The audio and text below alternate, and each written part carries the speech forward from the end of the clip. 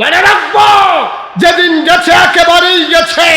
আর যদি বাধা আসে, বাধা আসবে তো লড়াই হবে সবার সবার, ঠিক কি না? 5ই আগস্টের আগ পর্যন্ত টেলিভিশনটা খুললে, পত্রিকার পৃষ্ঠাটা খুললে একবার খালি ডাক দেয়, আসো খেলা হবে। আরে বেড়া, তুই যে কইতাছ খেলা হইব, তোর শৈলের নমুনা তুই চিন্তা করতি না? তোর যে ওপেনার সার্জারি হয়েছে, তোরে খেলা করার লাগে দুইজনে দৌড়া।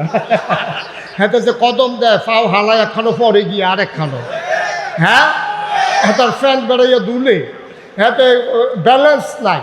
হেই লোকটা মঞ্চ বেড়াইয়া লইয়া ফুটেছে কেউ পুরইয়া, হেই লোক যদি কয় খেলা হবে, সেতুটনের কথা না করছেন, হ্যাঁ খেলা হবে ডাকে, তো প্রত্যেক দিন কি আর ডাক ভাল লাগে? ফলাফাইন একদিন যখন নাম বেলাইছে বলে আর বাইক গেছে গা। ফলাফাইন কেনা প্রত্যেক দিন সহ্য হয়? ফলাফাইন হইলো খেলুন না, হেতান দিলে কয় খেলা হবে, ফলাফাইনে কত আইয়েন খেলা হবে, কইয়া নাম বেলাইছে পরে হেতে নাই। এখন এক সাইডটা গোল উঠে আছে, হাতে রং সাইডটা আছে, কই থেকে রং চাই কি ভাল লাগে, ভালো না নাউজুবিল্লাহ বলবেন না? আমরা কইলো কি করলো কি? এখন আমরাও তো এই নমুনা। আমরা দেশের অনেক ফিসাব আছে দেখবেন, অনেক সুন্দর সুন্দর নেতা আছে, কথা কয় এত সুন্দর ফেরেস্তার মতো, কিন্তু কাজ করে শয়তানের চাইতে আরো খারাপ, ঠিক কিনা? ডাক দিয়া কয় মদিনার সনদ অনুযায়ী দেশ চলবে। তুমি দিক দিয়ে মুখে কও মদিনার সনদ অনুযায়ী দেশ চলবে, ওই দিক দিয়ে তুমি আলেম ওলামা দিয়ে জালখানা ভরে ফেলছো, ঠিক কিনা? মদিনার সনদ তুমি বাস্তবায়ন করবা কারি দিয়া? তুমি আলেম ওলামারে জালখানায় ঢুকাইছো। তোমরা কি তামাশা কম করছো? তোমরা যখনই দেখছো তোমাদের বিরুদ্ধে কথা যায়, বিশুদ্ধবারে ফোন করেছেন, ইমাম সাহেবরে কইয়া দিছে, হুজুর আমরা অন্য হুজুর লইয়া লাইছি, আপনি আরেকটা চাকরি চাইয়া লাইয়েন। হেই বেড়া মনে করছে 30 তারিখ বেতন পাইলে বউয়ের একটা কাপড় কিনা দিব, নিজে একটা লুঙ্গি কিনবো, সুইটার সেটার হাফ প্যান্ট কিনবো, ফরক কিনবো, হ্যাঁ দুটো আটা কিনবো। আর এই টাইমে ফোন গেছে যে হুজুরের চাকরি নাই, মাসের হইলে 29 তারিখ 30 তারিখ বেতন পাওয়ানোর কথা। হুজুরে যে একটা আহা কইয়া চিল্লান দিছে, এই আটা কি তুমি সহ্য করতে পারছো নি? ঠিক কিনা?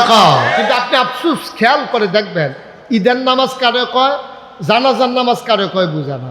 ওই যে জানাজা পড়বো যে নেতায় 5 ওয়াক্ত নামাজ পড়লে পড়বো, না পড়লে নাই। এলাকাত মানুষ মারা গেছে, এলাকার এজেন্ট ফোন দিছে, স্থানীয় যে নেতা ফোন দিয়ে কয় ওই যে অমুকে তো মারা গেছে, যে বুটের বাক্স লইয়ে দৌড় দিছিল আপনার লেগিয়া, এতে তো মারা গেছে। কোথায় না কি কয় কত তো যাও না লাগে, যেহেতু তো বাক্স লইয়ে দৌড় দিছে, তো সাংঘাতিক মান্যত করছে, যে ফইটা ফাও ভাঙছিল হেতে নি কয় হাতে। এখন এইবার রওনা দিছে ঢাকার থেকে আসতে গিয়া তারা হুড়ার লাগিয়া ওই যে আপনার দাউদকান্দির দিক দিয়া নতুন যে একটা রাস্তা হয়েছে ওইটা দিয়া রওনা দিছে। আইসা সিরাজসর, হ্যাঁ ওই দিক দিয়ে আসার সময় সে জ্যামে পড়ে গেছে। এখন জানাজা হইলো বাদ জুহর, সে এখনো মতলব আইসা বুঝতে পারে নাই, এদিক দিয়ে জুহরের নামাজ হয়ে গেছে। কর্মীর এদিক দিয়ে ধমকাইতে আছে, তাড়াতাড়ি যায়। এখন হ্যাঁ তাড়াতাড়ি করে রওনা দিয়ে আইসা যখন বাবুরহাট আসছে, তখন কয় যে জানাজা কিন্তু দিয়ালাইতে আসি, কয় বাবুরহাট আইসা পড়ছি সামান্য একটু। এই কর্মীরা গিয়া সেটা হুন্ডা লইয়া দাঁড়াই রয়েছে, আইন এবার দাঁড় করাই দিছে। এবার আপনাদের বিবেকের কাছে আমার প্রশ্ন, যেই লোকটা উড়ালের উপরে আইতে আছে, হে মাঝে গাড়িটা দাঁড় করাইয়া 10 মিনিটের লেগে জুহরের নামাজ পড়ছে? কথা কন, যেটা বুঝে তোর এটাই কন পড়ছে? তার কি অজু আছে? তার তো এরকম সাংঘাতিক বিপদের ভিতরে দিয়াতে কোনো মতে আইয়া সেরা জানাজায় খাড়াইছে, মাইক দিছে, কথা কইছে, আল্লাহু আকবার, জানাজার দাঁড়াই গেছে। আর জানাজার ভিতরে আল্লাহু আকবার আছে কয়বার? কথা কানা দেখি কয়বার? 4 বারের ভিতরে প্রথমবার হাত নাভির নিচে বাঁধা, এরপরে বাকি 3 বার হাত আর উঠানো নাই, এটা হলো জানাজা। তো এই লোক মনে করছে জানাজার ভিতরে যেহেতু রুকু নাই, সাজদা নাই, আর এটা যেহেতু আল্লাহু আকবার ইমাম সাহেব বারবার কয়, হ্যাঁ যতবার আল্লাহু আকবার কইছে অতবার আতালগি দিচ্ছে। এখন আতালগি দিছে, পরে লগে দিয়ে এক মুরব্বী ছিল, সেই লোকের আগে মুহ কিছু কথা আটকাইতো, এখন দাঁত ফোড়ার কারণে আর কথা আটকায় না, যেটা উচিত কথা এটা হ্যাঁ কইয়েই নাই, সে সাফা দিয়েও রাখতে পারে না, মুখ এখন ঢিল হয়ে গেছে গা। হ্যাঁ বলতেছে, ও আপনি কি জীবনে জানাজার নামাজ পড়ছেন না? কয় কি হয়েছে? আপনি বারবার আপনি আতালগি দিতে আছেন, কি শুরু করছেন আপনি? জান না নমুনা কী করে সবাই কেমন করতেছে? তো হ্যাঁ খুব লজ্জা পাইছে, মনে মনে কয়ার লেগে তো আইতাম চাই না। তারপরে সপ্তাহখানেক পর হইল ঈদ। সপ্তাহখানেক পরে কি ঈদের নামাজের ভিতরে বেশতি তাকবীর আছে 6টা। কয়টা? এটার ভিতরে কি আল্লাহু আকবার করলে দৈরা রাহন নালগি দেওয়া? যতই ইমাম সাহেব আল্লাহু আকবার করতে আরো সিফা দিয়া ধরে। জানাজা শেষ হয়েছে পরে কপাল খারাপ তো ওই বুড়া বেড়া লগে দিয়া পড়ছে আবার। ঈদের নামাজের পরে হেবাটা কই কিও আপনি কি ঈদের নামাজও ইচ্ছেন না? কয় কি সমস্যা কি? কারণ যদি সবাই আতালগি দিয়েছে আপনি ধরে রাখছেন, কথাটাই কইয়েন না। জানাজা তাইয়া আতালগি দিয়ে যেই বিপদও পড়ছিল সেই দিনে নিয়ত করছি কেডা আতালগি দেয় নামাজের ভিতরে দেখা যাইব। এই হইল বাংলাদেশের নেতা, ঠিক কিনা বলো? যে যত বড় বাটফা হে হইল তত বড় নেতা। যে মিছা কথা কইতে পারবো বেশি হে হইল সবচেয়ে বড় নেতা। না শুধু ঠিক না তো, আপনারা তো আবার চা স্টলে বইয়ে বইয়ে প্রশংসাও করে। বা আমদার যে এমপি বেড়া একটা কয় কিতা করছে এবার আনতেও পারে খাইতেও পারে, মনে হয় যেন তার বাহির দিনের আর কি। হ্যাঁ ঠিক কিনা কও? মুসলমানের নেতা হওয়ার কথা ছিল পরহেজগার আল্লাহওয়ালা, আর সেই জায়গা হয়ে গেছে সিটার আর বাটপা। তা আমরা কেমনে সুখ পাবো কন? আমরা শান্তি পাবো কেমনে কন? আল্লাহ বইলা এখনো আমাদেরকে বাঁচাই রাখছে, ঠিক কিনা কন? আমার দেশের মন্ত্রী এমপি এই জানাজার নামাজ আর ঈদের নামাজ এই দুইটার মাঝেও পার্থক্য করতে শিখে নাই, ঠিক কিনা কন? দেখবেন যে 5 ওয়াক্ত নামাজ পড়লে পড়বে না পড়লে নাই, জানাজার ভিতরে দেখবেন নেতা এসে হাজির। এটা হলো একটা ভোটের মাধ্যম। মনে করে যে জানাজায় গেলে তাইলে তার আত্মীয় স্বজন তখন মনটা দুর্বল আছে, তো পরে কইতে পারবো আমি তো আপনার ফুতের জানাজা তো গেছি, তোমার বাপের জানাজা তো আমি গেছি, তো আমি এখন নির্বাচন করতে আসি, তোমরা একটা দায়িত্ব আছে না। এই বুদ্ধি কইরা হেরা দেখবেন 5 ওয়াক্ত নামাজের খবর নাই, জানাজার ভিতরে সবার চাইতে আগে এসে হাজির। এবার আপনারা চাঁদপুর দক্ষিণ, এই চাঁদপুরের মানুষ অধিকাংশ হইল পরহেজগার মানুষ। আমাদের এলাকায় বাড়ির সামনে এমনভাবে বাউন্ডারি করা নাই, কিন্তু আমি নানার বাড়িতে যখন আসতাম তখন দেখতাম যে একেবারে সুপারি গাছের বাইল দিয়ে হইল, নারিকেল গাছের ডালা দিয়ে হইল, আপনার কোনো মতে পুরান টিন দিয়ে হইল, তার একটা বাউন্ডারি দেয় যেন মহিলাদেরকে দেখা না যায়। কিন্তু আপনার পর্দার ব্যবস্থা আছে বাংলাদেশে এই দক্ষিণ অঞ্চলে, কিন্তু ওইদিকে চাঁদপুর, নোয়াখালী, লক্ষ্মীপুর এলাকাগুলোতে, কুমিল্লা, ব্রাহ্মণবাড়িয়া, বরিশাল এগুলোর সাথে তো বেশি, এই অন্তত এই এলাকায় পর্দার ব্যবস্থা ভালো। বরিশালের কথা তো তারা তো লঞ্চে আইতে যাইতে কেড়ায় কার লোকে ঘুমাই রইছে খবরও নাই। দেখা গেছে যে এই রাইতের বেলা লঞ্চের ডেকের ভিতরে যার যেমনি ঘুমাইতেছে, কার মাথা কার ফাও কি একটা কারবার যাই কি আছে। এই হিসাবে চাঁদপুরের তারাও কিছু অংশ পাইছেন আপনারা, যারা ওই লঞ্চে যাতায়াত করে আর কি। এই লঞ্চে যাতায়াতের কারণে পর্দা পুশিদার সাংঘাতিক ব্যাঘাত ঘটে আমার দৃষ্টিতে। কারণ ডেকের ভিতরে যখন পুরুষ মহিলা সারা রাত তো আর জেগে থাকা যায় না, এই কারবারটা হয়ে যায় যে এই খলত মলত হয়ে যায়, পুরুষ মহিলা ভেদাভেদ আর দেখা যায় না। কিন্তু এই চাঁদপুরের মানুষ, নোয়াখালী লক্ষ্মীপুরের মানুষ আলেম প্রিয়, এবং এখানে আলেমও বেশি, ইসলাম প্রিয়। আপনি পীর সাহেবের দরবারে বসে বসে লা ইলাহা ইল্লাল্লাহ জিকির করতে আছেন, লা ইলাহা ইল্লাল্লাহ, আপনার জিকিরের লগে লগে মসজিদ সুদ্ধা জিকির করে, মাঠ জিকির করে, গাছ জিকির করে, বেরিয়েছে কারি বাবারে হুজুরের জিকির অন্যরকম জিকির। আপনার জিকিরে খুশি হইয়া বেরিয়েছে দেশি মুরগার ডিম ফাটাইছে, তারপরে আপনার দেশি মুরগা ফাটাইছে, বিদেশি ফুতর কম্বল ফাটাইছে, আতর ফাটাইছে, হাদিয়া ফাটাইছে, আপনার জিকিরে সবাই খুশি। আপনি জিকির করতেছেন হরদমছে, আপনার জিকিরের সময় এমন আওয়াজ হয় কারবার ঘোড়াই ফেলতেছেন আপনি। এমন সময় যার কাছে সুদের টেহা লাগাইছেন হেতে মসজিদের বাইরে আইয়া করতেছে, ভাই সুদের টেহারা লইয়া ইসলাম কই আইতাম, হ্যাঁ একবার লা ইলাহা ইল্লাল্লাহ মসজিদের ভিতরে আইয়ালা। আপনি দিক দিয়ে লা ইলাহা ইল্লাল্লাহ কইতে আছেন, আবার সুদের টেহা লইয়া মসজিদের ভিতরে আইয়ালা ওনের লেগে ডাকতে আছে। আপনি কেমন পরহেজগার, আপনি কেমন নাকামি শুরু করছে। আপনার ফাইজলামের একটা সীমা আছে। আমিরুল মুমিনিন খলিফাতুল মুসলিমিন, জান্নাতের সুসংবাদ প্রাপ্ত দ্বিতীয় মানুষ হযরত ওমর রাদিয়াল্লাহু তাআলা আনহুর জামানায় উনি মসজিদে নববীর খুতবা দিতেন। তিনি ছিলেন মসজিদে নববীর জাতীয় মসজিদের খতিব।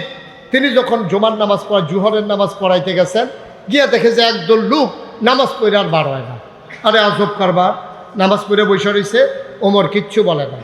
খেয়াল করেন, খুব গভীর মনোযোগ, ঘুরে বসেন, আপনিও ঘুরে বসেন আমার দিকে, চাইতে কষ্ট হইতে আছে। হ্যাঁ এদিকে চান চান, ঘুরে বসেন।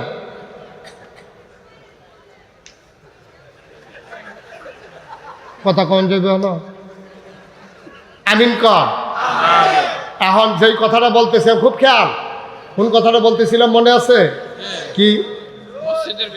হযরত ওমর মনে নাই, হযরত ওমর মসজিদের ভিতরে জুহরের নামাজ পড়ে বাড়িতেছে, দেখে যে একদল লোক বইয়া রইছে। উনি আর কিচ্ছু বলেন নাই। আসরের সময় গিয়ে দেখে আবার এই লোকগুলা বসে রয়েছে, নামাজ পড়ে আর বের হয় না। মাগরিব হয়ে গেল, আবারও বের হয় না। এশা হয়ে গেল, আবারও বের হয় না। ওমর ডাক দিয়ে, এদিকে আসো, বাড়ি গো। ইয়ামেন। ইয়ামেন থেকে আসছো কবে? হয়েছে এই কয়েকদিন। কত মসজিদের ভিতরে কি করো? জুহরের পরেও দেখলাম বের হও না, আসরের পরেও বের হও না, মাগরিবের পরে আসার পরে বের হও না, খাও কই? তাই যে আমরা যে আল্লাহ বিল্লাহ করি, জিকির আজকার করি, আমরা আল্লাহর উপরে ভরসা করে আল্লাহ বিল্লাহ করতে আসি। এইটা দেখা পাশের বাড়ি থেকে মানুষজন আমাদের জন্য খাবার পাঠায়। হযরত ওমর শক্ত ধমক দিলেন, বলতেছ তাওয়াক্কালতু আলাল্লাহ, অথচ ভরসা করে রয়েছে হেতারা বাড়ির ডেক্সির দিকে। হেতারা রান্না ফাটাইলে তুমি খাইবা, নাইলে নাই। তুমি বলতেছ আল্লাহ ভরসা।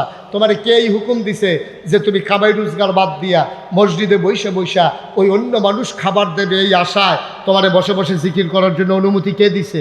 নামাজ শেষ হয়েছে, ফান্তাশিরু ফিল আরদ, তুমি জমিনে বের হয়ে যাও। জমিনে বের হয়ে তুমি চাষাবাদ করো, তুমি কৃষক চাষাবাদ করো, তুমি ব্যবসায়ী ব্যবসা করো, তুমি দোকানদার দোকানদারি করো, তুমি অফিসে চাকরি করো, অফিস করো, তুমি হুজুর, তুমি মাদ্রাসায় ডিউটি করো। তোমার কে দায়িত্ব দিছে জুহরের পরে বৈশা রইছো মসজিদে, আসরের পরেও বৈশা রইছো মসজিদে, মাগরিবের পরেও বৈশা রইছো মসজিদে? তুমি কামাই রোজগার করো কখন? তুমি খাও কোত্থেকে? কই যে মাইনসে দেয় আল্লাহর উপরে ভরসা করে বইয়া রইছি, হ্যাঁ তার আমরা জিকির হই না, তসবি তাহালিল হই না, তার আইন আমরা সাইডা সাইডা দেয়, আমরা আল্লাহর উপরে ভরসা করে বসে রয়েছি। ওমর কয়, মনে একটা মুখে একটা, এই দুই ধরনের কথা বলবা না। তোমাদের ভরসা আল্লাহর উপরে না, তোমাদের ভরসা হলো মানুষের ডেক্সির ভিতরে। ঠিক কিনা কম? আপনি এমন জায়গায় আছেন যেখানে দুনিয়ার কোনো মানুষ নাই, আপনি একা গভীর জঙ্গলের মাঝে আপনি দাঁড়িয়ে আছেন। এখন ক্যাবলা কোনটা আপনি জানেন না, তখন আপনার বিবেক যেই দিকে সায় দেয় সেই দিকেই আপনাকে ক্যাবলামুখী হয়ে নামাজ পড়া লাগবে। আপনি মনে করবেন ওইটাই আপনার ক্যাবলা। এটা ভুল হোক আর শুদ্ধ হোক, যেহেতু জিজ্ঞেস করার কেউ নাই, তা আপনি যাবেন কই? আপনি আন্দাজ করে আপনার বিবেক যেখানে সায় দেয় ওটাকেই ক্যাবলা বানিয়ে, অর্থাৎ ওই মুখী হয়ে আপনি আপনার ইবাদত বন্দেগী করবেন। বন্ধুগণ, এই মানুষগুলো যেন জান্নাতে যেতে পারে, এজন্য আল্লাহ তাবারক ওয়া তাআলা মহামূল্যবান যে কিতাব দিয়েছেন তার নাম হচ্ছে কোরআনুল কারীম। এই কোরআনুল কারীম দিয়েছেন আল্লাহ মানুষের জীবন বিধান সংবিধান হিসাবে। এই কোরআনের ভিতরে 114টা সূরা আছে। এই কোরআনের ভিতরে 6666 আয়াত আছে। এই কোরআনের ভিতরে 500 আয়াত আছে আলাদা করে, এগুলাকে বলা হয় আহকামুল কোরআন। অর্থাৎ করো, কইরো না, খাও, খাইও না, যাও, যাইও না, ধরো, ধরো না, এইরকম হুকুম আছে 500। কয়শো? আপনি বলবেন না কয়শো? উনি একবার টাস্কি লেগে গেছে কেন? সবাই মিলে আমরা কথা বলবো। মঞ্চে যারা আছেন তারাও কথা কইেন ইনশাআল্লাহ। কারণ আমি অনেক জায়গাত মাহফিলে যখন দেখছি যে মঞ্চের তারা কথা কয় না, তো নিচের থেকে কইন্য উঠাইয়া না কইন্ডার এটা নামাইয়া দিই। এখন দেখবেন সবাই কইব। এখন এখন নামনের ডরে কোয়ার সম্ভাবনা আছে। সবাই কোন আমিন। এই যে কইলাম না, এখন দেখবেন কইব। কি আওয়াজটা হইতে আছে? বলেন মারহাবা। এটাকে বন্ধ করেন। আপনি চালাইতে হলে যেভাবে আছে এভাবে, ডিস্টার্ব করা যাবে না। এটাকে ধরতে গেলে বন্ধ করে দিতে হবে। পড়েন আলহামদুলিল্লাহ। তাইলে কয়শো আয়াত আছে? হুকুমের আয়াত। আল্লাহ যখন বললেন কুলু লা ইলাহা ইল্লাল্লাহ, তোমরা পড়ো লা ইলাহা ইল্লাল্লাহ। আমরা সবাই পড়েন লা ইলাহা ইল্লাল্লাহ মুহাম্মাদুর রাসূলুল্লাহ। এটা পড়ার পরে এখন আমাদের কি দায়িত্ব? কাজটা কি আমাদের? নবীর নাম শুনলে আমরা কি পড়ব? দুই একবার না 12 বার, দুই একদিন না প্রতিদিন, দুই এক সপ্তাহ না প্রতি সপ্তাহ, দুই এক মাস না 12 মাস, দুই এক বছর না সারা জীবন আমরা পড়ব সাল্লাল্লাহু আলাইহি ওয়াসাল্লাম। মুসলমান মন দিয়ে শুনো, যখন আমরা কলমা পড়ে ঈমান আনলাম, আপনারে যদি কেউ জিজ্ঞেস করে আপনি কি ঈমানদার, আপনি বলতে পারবেন না যে ইনশাআল্লাহ ঈমানদার। আপনাকে বলতে হবে অবশ্যই ঈমানদার। বলেন সুবহানাল্লাহ।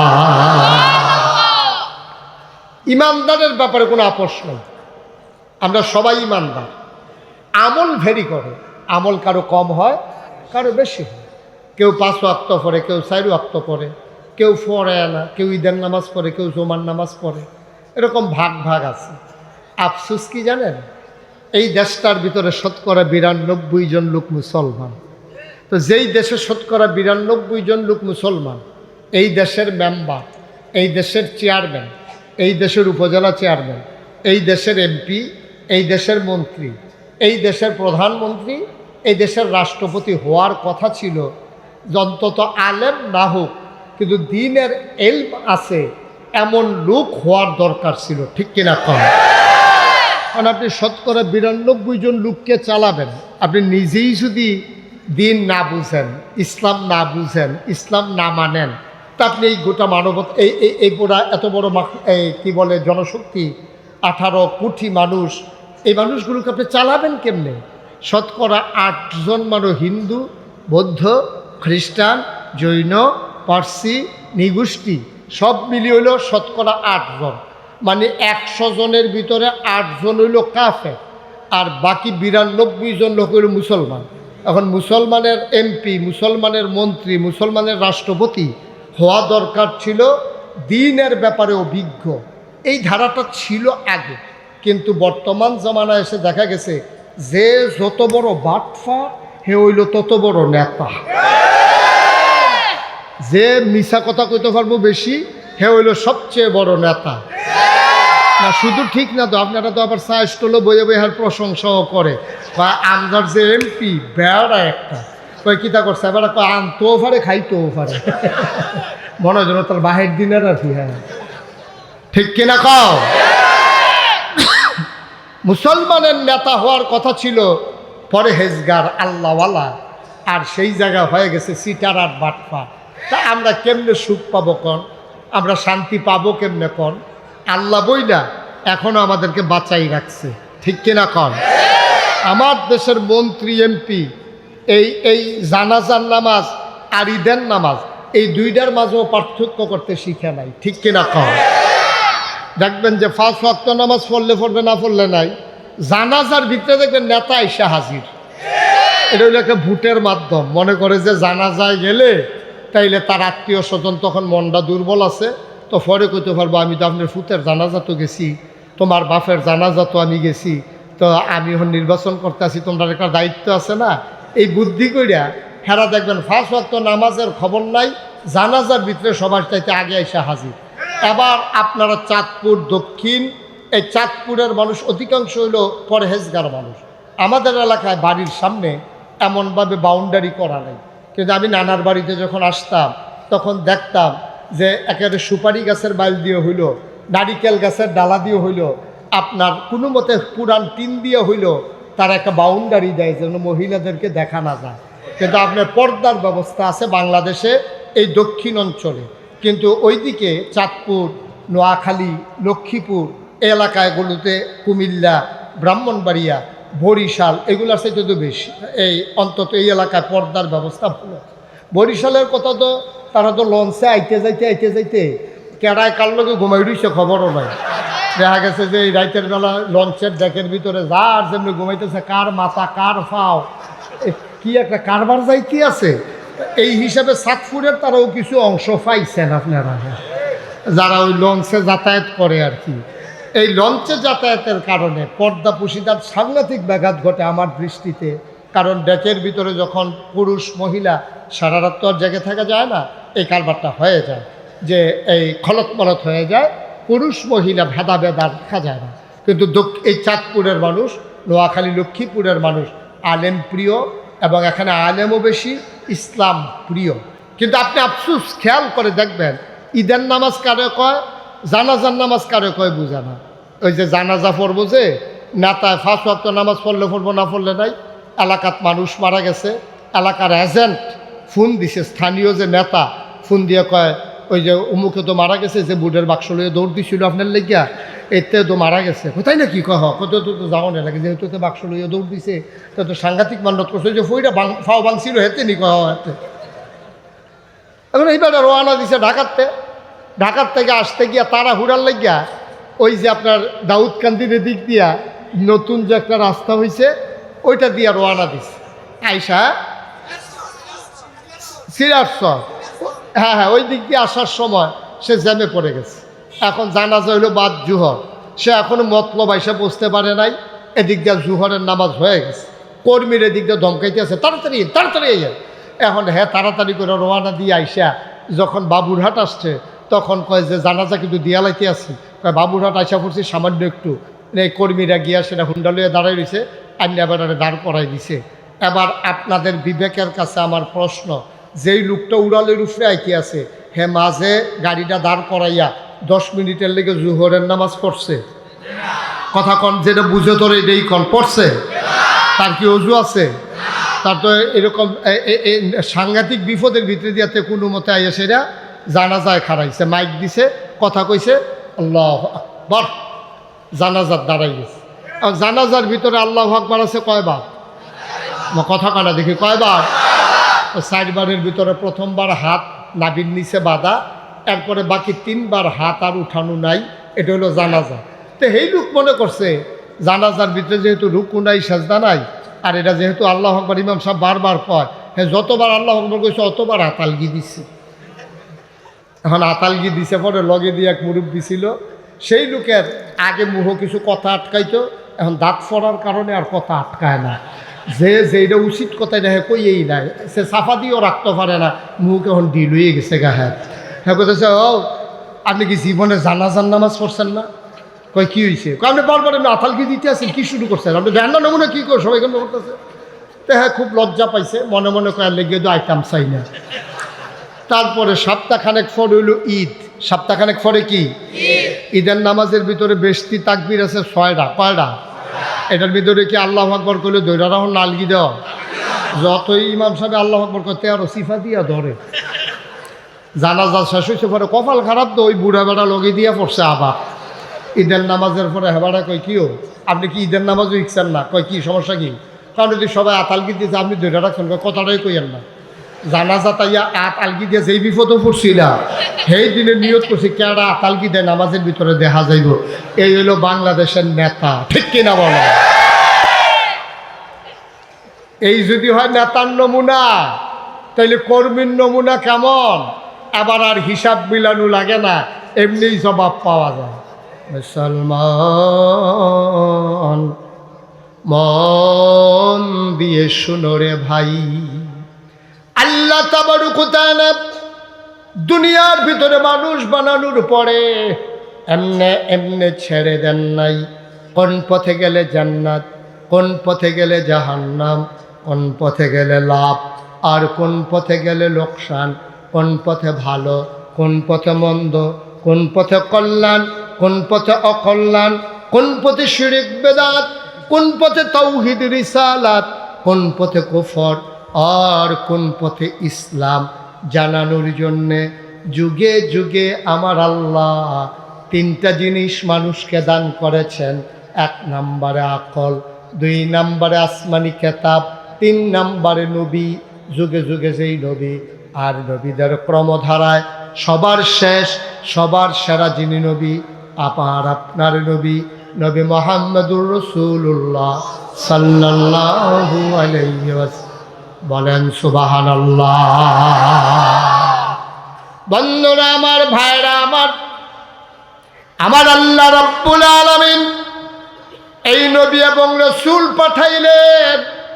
এই নবীরা মানুষদেরকে ডেকে ডেকে দ্বীনের পথে নিয়ে আসলেন।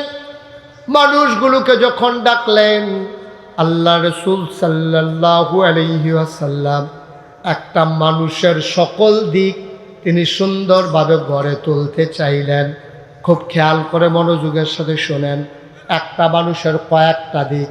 1 নম্বরে ব্যক্তি জীবন, 2 নম্বরে পারিবারিক জীবন, 3 নম্বরে সামাজিক জীবন, 4 নম্বরে অর্থনৈতিক জীবন, 5 নম্বরে রাজনৈতিক জীবন, 6 নম্বরে ইন্টারন্যাশনাল রিলেশন। সেটা হলো মানুষের সাথে মানুষের সম্পর্ক, আন্তর্জাতিক পর্যায়ে মানুষের যে সম্পর্ক, এটা হলো ইন্টারন্যাশনাল রিলেশন। বলেন সুবহানাল্লাহ। তাহলে 1 নম্বরে ব্যক্তি জীবন। এখন ব্যক্তি জীবনে ইসলাম আছে নাকি নাই? কথা কন জুড়ে কইেন একটু। ছেলে, ছেলে বসো। ওমা তে দোকানটা খুললে সরছি না, কয় বাহি দেন। ওয়াজটা শুরু করছি না, হাতে উঠালেছি কি রে, তাই মনে করছে অন্য হুজুর। সিফা দিয়া বইয়া থাও, তুমি নমুনা দেখতেছো না কি যাইতে আছে? হ্যালো,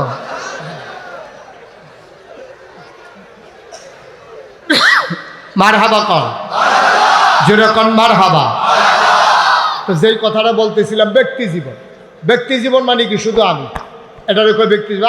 আমি মুশতাক হয়েছি, এই যে হুজুর, এই আমরা হইলাম ব্যক্তি জীবন, যার যারটা তারটা। এখন ব্যক্তি জীবনে ইসলাম আছে নাকি নাই? ব্যক্তি জীবনে মানুষের 2টা অঙ্গ, আর একটা হচ্ছে কুরিপু। প্রতিটা মানুষের মাঝে 2টা জিনিস বাস করে। প্রতিটা মানুষ একটা প্রাণী, এটার ভিতরে মনুষ্যত্ব বাস করে, আবার পশুত্ব বাস করে। যেমন শিয়াল, কুকুর, এটাও প্রাণী। মশা, মাছি, এটাও প্রাণী। আপনি মানুষ, আপনিও প্রাণী। পার্থক্যটা কি? পার্থক্য হলো প্রাণ থাকলে প্রাণী হয়, মন না থাকলে মানুষ হওয়া যায়। আমরা যেহেতু মানুষ, আমরা পশু প্রবৃত্তিকে দমন করে পশুত্বকে বিসর্জন দিয়া মনুষ্যত্বের বিকাশ ঘটানো, এটাই হলো মানুষ। সুবহানাল্লাহ বলবেন না? তো ব্যক্তি জীবনে আপনি মনুষ্যত্বের বিকাশ ঘটাবেন কেমনে? যেমন লোভ, এটা একটা সহজাত প্রবৃত্তি। লোভ সব মানুষের মধ্যে। আমি যে ফিরসা, আমার ভিতরেও আছে। উনি যে প্রিন্সিপাল হুজুর, ওনার ভিতরেও আছে। কেউ এর কম লুবে ধরে, কেউ এর বেশি লুবে ধরে। কেউ এর 100 টাকা দিয়ে পানিতে নামন যায়, আর কেউ এর না হলে 1 লাখ লাগে আর কি। নামতে বাধ্য সবাই, ঠিক কিনা? তো এটার থেকে ফিরে আসতে হলে আপনাকে কি করা লাগবে? আপনার মনুষ্যত্বের বিকাশ ঘটাইতে হবে। আর অন্তরে আপনার একটা জিনিস থাকা লাগবে, এটার নাম হলো আল্লাহর ভয়। এটার নাম কি? কথা বলা ঘুমাই গেছেন সবাই? এটার নাম হলো আল্লাহর ভয়। যার অন্তরে আল্লাহর ভয় বেশি, সে মর্যাদাও পাইছে বেশি। ইন্না আকরামাকুম ইনদাল্লাহি আতকাকুম।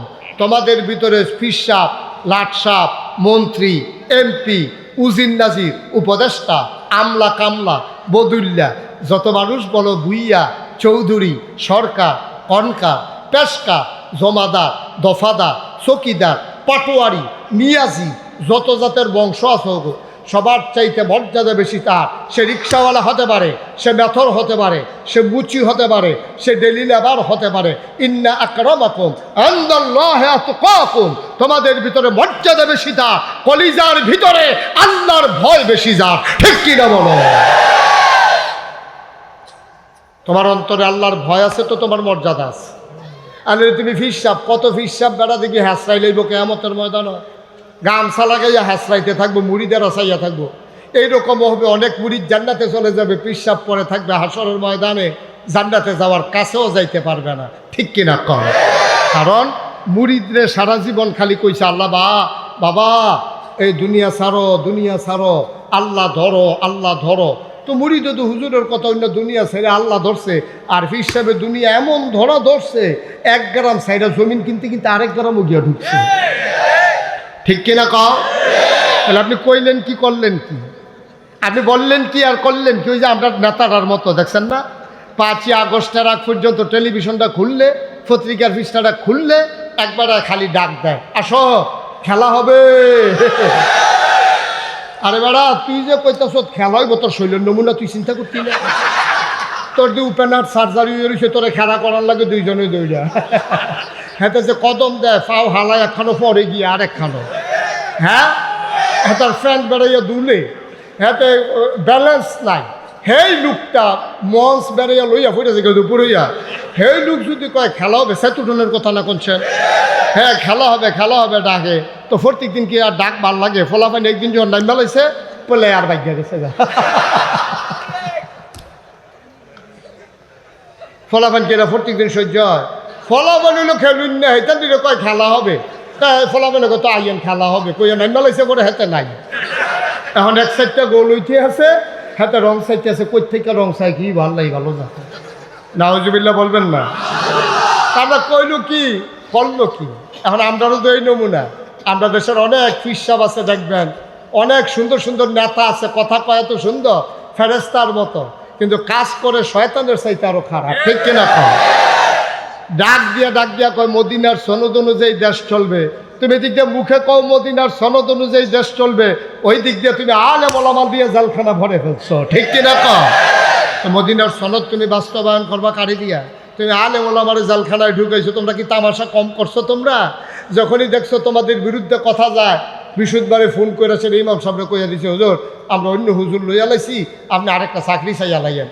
হেই বেড়া মনে করছে 30 তারিখ বেতন পাইলে বউয়ের একটা কাপড় কিনা দিব, নিজে একটা লুঙ্গি কিনবো, সুইটার সেটার হাফ প্যান্ট কিনবো, ফরক কিনবো, হ্যাঁ দুটো আটা কিনবো। আর এই টাইমে ফোন গেছে যে হুজুরের চাকরি নাই, মাসের হইলে 29 তারিখ 30 তারিখ বেতন পাওয়ানোর কথা। হুজুরে যে একটা আহা কইয়া চিল্লান দিছে, এই আটা কি তুমি সহ্য করতে পারছো নি? ঠিক কিনা কও? আল্লাহর নবী কয়, যার উপরে জুলুম করা হয় তারে কয় মাজলুম, যে জুলুম করে তারে কয় জালেম। আল্লাহর নবী কয় লা হিজাবা বাইনাহু ওয়া বাইনাল্লাহ, আল্লাহর মাঝে মাজলুমের মাঝে কোনো পর্দা নাই। মাজলুম অর্থাৎ যার উপরে জুলুম করা হয়, ওই মানুষটা যখন আল্লাহ বলে একটা ডাক দেয়, চোখের পানিটা গাল বাইয়া জমিনে পড়তে দেরি, তার দোয়া কবুল হইতে দেরি হয় না, ঠিক কিনা? কত জুলুম তোমরা করেছ, ইমামের চাকরি তোমরা খেয়ে ফেলেছ, মঞ্চের ভিতরে আলেম ওয়াজ করতেছে কোরআনের তাফসীর, বিরুদ্ধে যখন কথা চলে যায় তোমরা মঞ্চ থেকে বেজ্জতি করে আলেম ওলামাকে নামিয়ে দিয়েছ, আলেমের সামনে থেকে মাইক কেড়ে নিয়েছ। তোমরা কম করো নাই। আমি বলেছি যা করেছো অনেক ভালো করেছো, মনে করিল না সবটাই তোমার দেশ। এই দেশ তোমার, এই দেশ আমার, এই দেশ আমাদের, ঠিক কিনা? এই দেশ আমাদের সবার।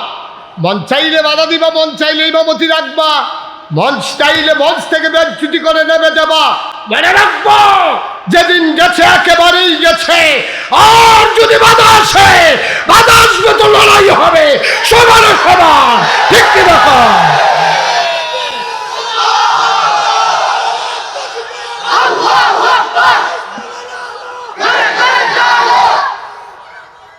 সবাই পড়েন আমিন। মনে হয় যেন তার আর বাহার বাড়ি আমরা মামুর বাড়ি বেড়াইতে আমাইছি। আচ্ছা আর্য তো মিলে, আমি তো মামুর বাড়ি বেড়াইতে আমি আইছি। হ্যাঁ আর্যটা মিলে আর কি, সব সময় না। মনে যেন তারার বাহার বাড়ি আর আমরা মামুর বাড়ি, তারা যা মন চায় তা করবে, আর আমরা এই দেশ সবাই আইছি না। এই আলেম ওলামাগুলা এই দেশে জন্ম হয় নাই। তোমরা যা করেছো, এই জেলখানারগুলোর ভিতরে থাকার কথা ছিল চোর, গুন্ডা, বদমাইশ, আর এই জেলখানার ভিতরে জায়গা করে দিয়েছো তোমরা আলেম ওলামাকে, ঠিক কিনা কও?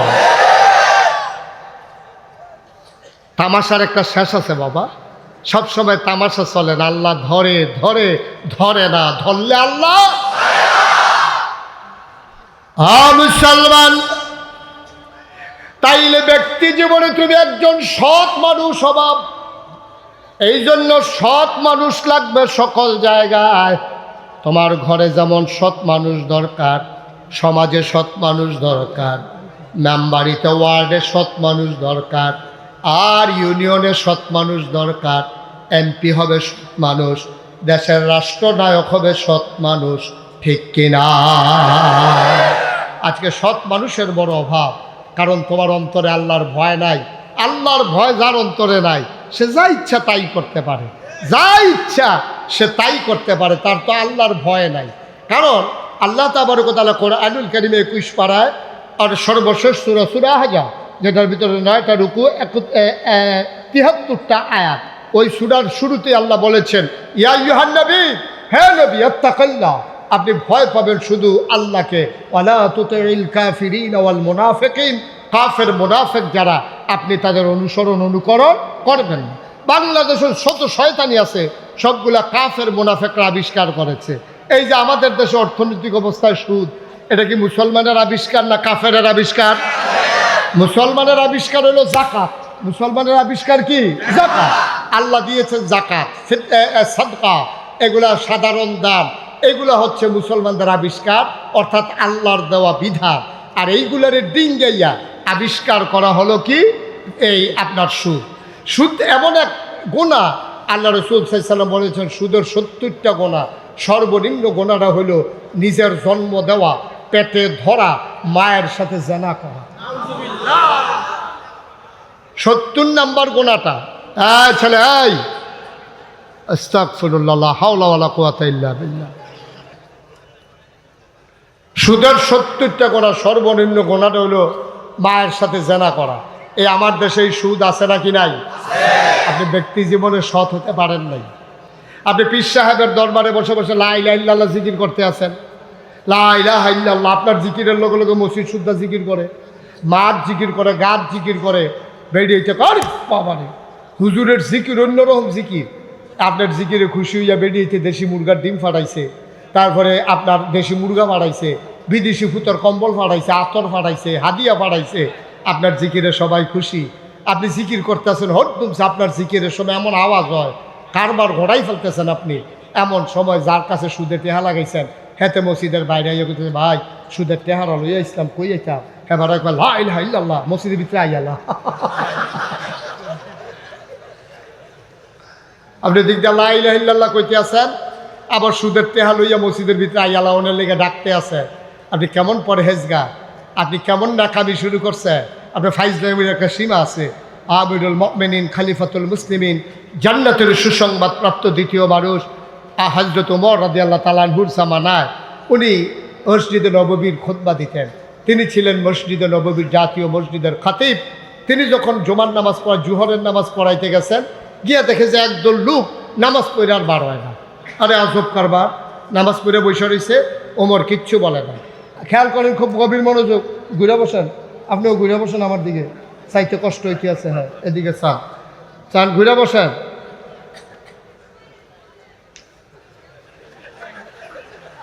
কথা কন যাবে হলো আমিন কর। এখন যেই কথাটা বলতেছে খুব খেয়াল, কোন কথাটা বলতেছিলাম মনে আছে কি? হযরত ওমর, মনে নাই?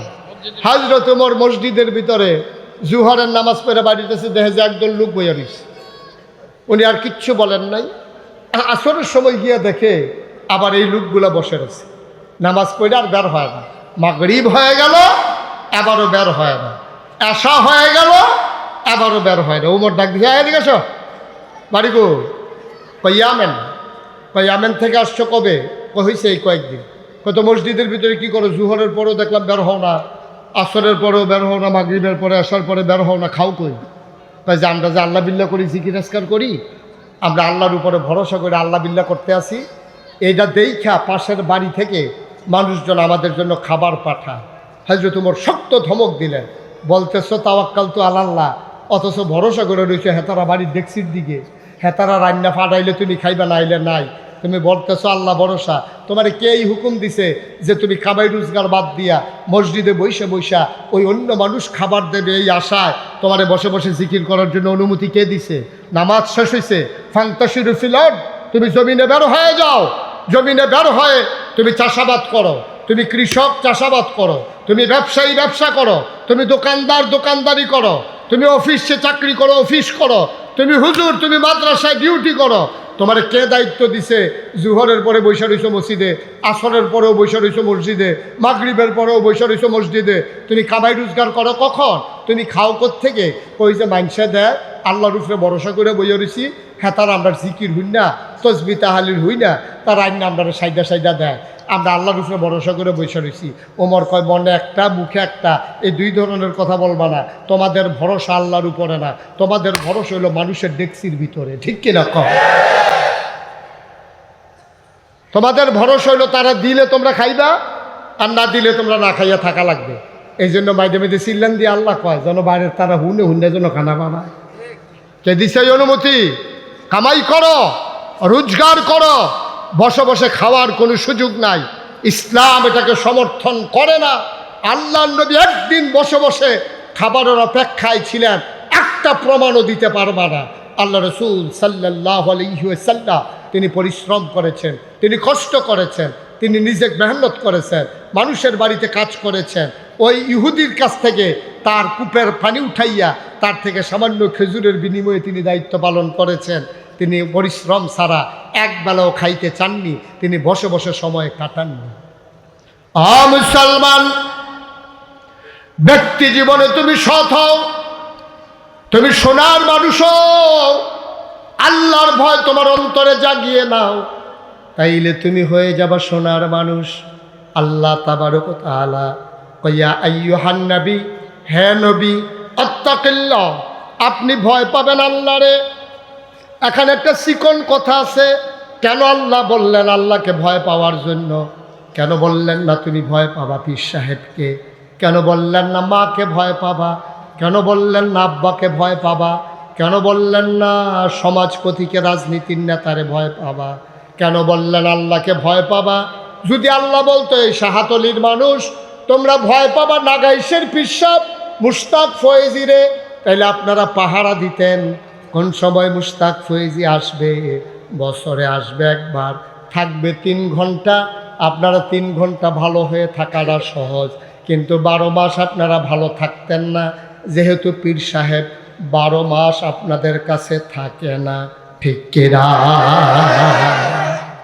যদি কইতো যে তুমি ডরাইবে আল্লাহ, রাজ শাহাতলির মানুষ হাজার হাজার জনতা শুনো, তোমরা ডরাইবা আম্মারে, তা আপনি পাহারা দিল নিলে আম্মায় কোন দিন বাপের বাড়ি বেড়াইতো যায়, সেদিন আপনি মন মতো কাজ শুরু করে দিতেন। আপনার যদি কইতো তুমি ভয় পাইবা তোমার শাহাতলি মাদ্রাসার প্রিন্সিপাল হুজুরে, তা আপনি পান শাহাতলি মাদ্রাসার যাওয়ানোর আগে দিয়া কুলি টুলি কইরা বিড়ি টিড়ি হালাইয়া মাদ্রাসার যাইতে আছেন। আল্লাহ কইছে হুজুরে ডরানের লেগিয়া, এর লেগিয়া বিড়ি টিড়ি সব বাজারের আগে বিড়ি হালাই দিয়ে রেললাইন ফাড়নের আগে বিড়ি মিড়ি হালাইয়া গুস্তিংটি টুস্তিংটি সাইডা দিয়ে সবাই সুযোগ হইয়া আরো, কারণ হুজুরের সামনে পড়ে যায় বাগা। আল্লাহ হুজুরে ভয় পাইতে কইছে। আল্লাহ হুজুরের কথা বলে নাই। হুজুর এখন আছে তখন নাই, পীর সাহেব আজকে আছে কালকে নাই। ভাই আপনি রোজার মাসে অজু করতে আসেন, চৈত্র বৈশাখ মাসের রোজা, একজনের চাপ দিতে আছে, আপনি জুহরের টাইমে অজু করতে আসেন, ঠান্ডা পানি গলায় মুখে গেছে পরে মন্ডায় চায় 2 ডুব পানি খাইয়া ফালাই। আপনি যদি এই মাঝের 2 কুলিটা ঢুক গিল্লা 2 পার্শ্বের কুলি ফালাই দেন, যে চাপ দিতে আছে হ্যাঁ তো বুঝতো না আপনি যে মাঝের কুলিটা ঢুক গিল্লা লাইছেন। ঠিক কিনা কও? হাতে বুঝার কি কোনো উপায় আছে? আপনি যে কুলি ফালাইতে আছেন হাতে তো মনে করছে এ ফালাইছে, তাই সে কুলি কোন বুকিত যে কয়বার নিল কয়বার হালাইলো হাতের তো দরকার নাই। তাইলে দেখেন আল্লাহর ফায়সালাটা দেখেন। আল্লাহ পীর সাহেবের কথা কয় না, মার কথা কয় না, বাপের কথা কয় না, নেতার কথা কয় না, সর্দারের কথা কয় না, হুজুরের কথা কয় না, কয় কার কথা? যে ধরাইবা আল্লাহরে। কেন? কয় হুয়াল হাইয়ুল কাইয়্যুম লা তা'খুযুহু সিনাতুন ওয়ালা নাওম। কারণ এই আল্লাহ চিরস্থায়ী, তিনি চিরঞ্জীব, তিনি কখনো ঘুমান না, কখনো ঝিমান না। তুমি রাতের অন্ধকারে কোনো কাজ করলেও আল্লাহ দেখেন, পানির নিচে ডুব দিয়া কোনো কাজ করলেও আল্লাহ দেখেন, টেবিলের উপর দিয়া নিচে দিয়া যেদিক দিয়ে তুমি ঘুষ নাও, কেউ দেখো কার না দেখো, একজন দেখে, তিনি কে? এটা দেখো আল্লাহর ভয়। এই আল্লাহর ভয় অন্তরে যখন জায়গা হয়, মানুষগুলো হয়ে যায় সোনার মানুষ। পশ্চিমা বিশ্বের মনীষীরা গবেষণা করলো, মানুষগুলো ছিল বর্বর, বেদইন, যাযাবর, মূর্খ, অসভ্য, জাহেল, অভদ্র, অশালীন। এই মানুষগুলো কেমন করে হলো ভদ্র, সুশীল, আধুনিক, আল্লাহওয়ালা, পরহেজগার? কেমন করে এই মানুষগুলো হলো? তারা চিন্তা করে দেখেছে, নবীজি তাদেরকে 23টা বছর, মক্কায় 13 বছর, মদিনায় 10 বছর, তাদেরকে আল্লাহর ভয় এমনভাবে অন্তরে ঢুকাই দিছে, রাতের আধারেও তারা একটা অন্যায় করে না। 1 কোটি টাকা পরে থাকলেও তারা ফিরে তাকায় না। মহিলারা, আহা, কথা তো বাইরে যেতেছে, কষ্ট হইতেছে নাকি? কত যেটা মনে পড়ছে এটা কি কইলিতা? হযরত উমরের জামানায় এক মহিলা নাকে ফুল, কানে দুল, গলায় মালা, হাতে মালা, একেবারে স্বর্ণ মুদ্রা নিয়ে রওনা করছে মরুভূমির মাঝ দিয়া। পরন্ত বিকেল, সূর্য ডুবো ডুবো প্রায়। এই সূর্যের যখন ডুবে যাচ্ছে এমন সময় খোলা মাঠের মাঝে দিয়া মহিলা রওনা দিছে। একজন লোকও নাই, পাশে কোনো বাড়িঘরও নাই, শুধু একটা যুবক সামনে পড়ছে আর মহিলার গায়ের ভিতরে অলংকার। যুবকটা জিজ্ঞেস করে, ও মহিলা, তোমার কি ভয় নাই? তুমি যে নাকে ফুল, কানে দুল, গলায় মালা, হাতে বালা, স্বর্ণ মুদ্রা, টাকা পয়সা নিয়ে এই অবেলায় রওনা করছো, কেউ যদি তোমার চুরি করে, ডাকাতি করে, তুমি কি করবা? তোমার ভয় লাগে না? মহিলা কি কয় শুনছেন? মহিলা কয়, হ্যাঁ অবশ্যই ভয় লাগে। ভয় লাগে তো? কয় কি ভয় লাগে? তাইলে হাঁটো কেমনে? কয় ভয় লাগে আমার জন্য না, তোমার জন্য।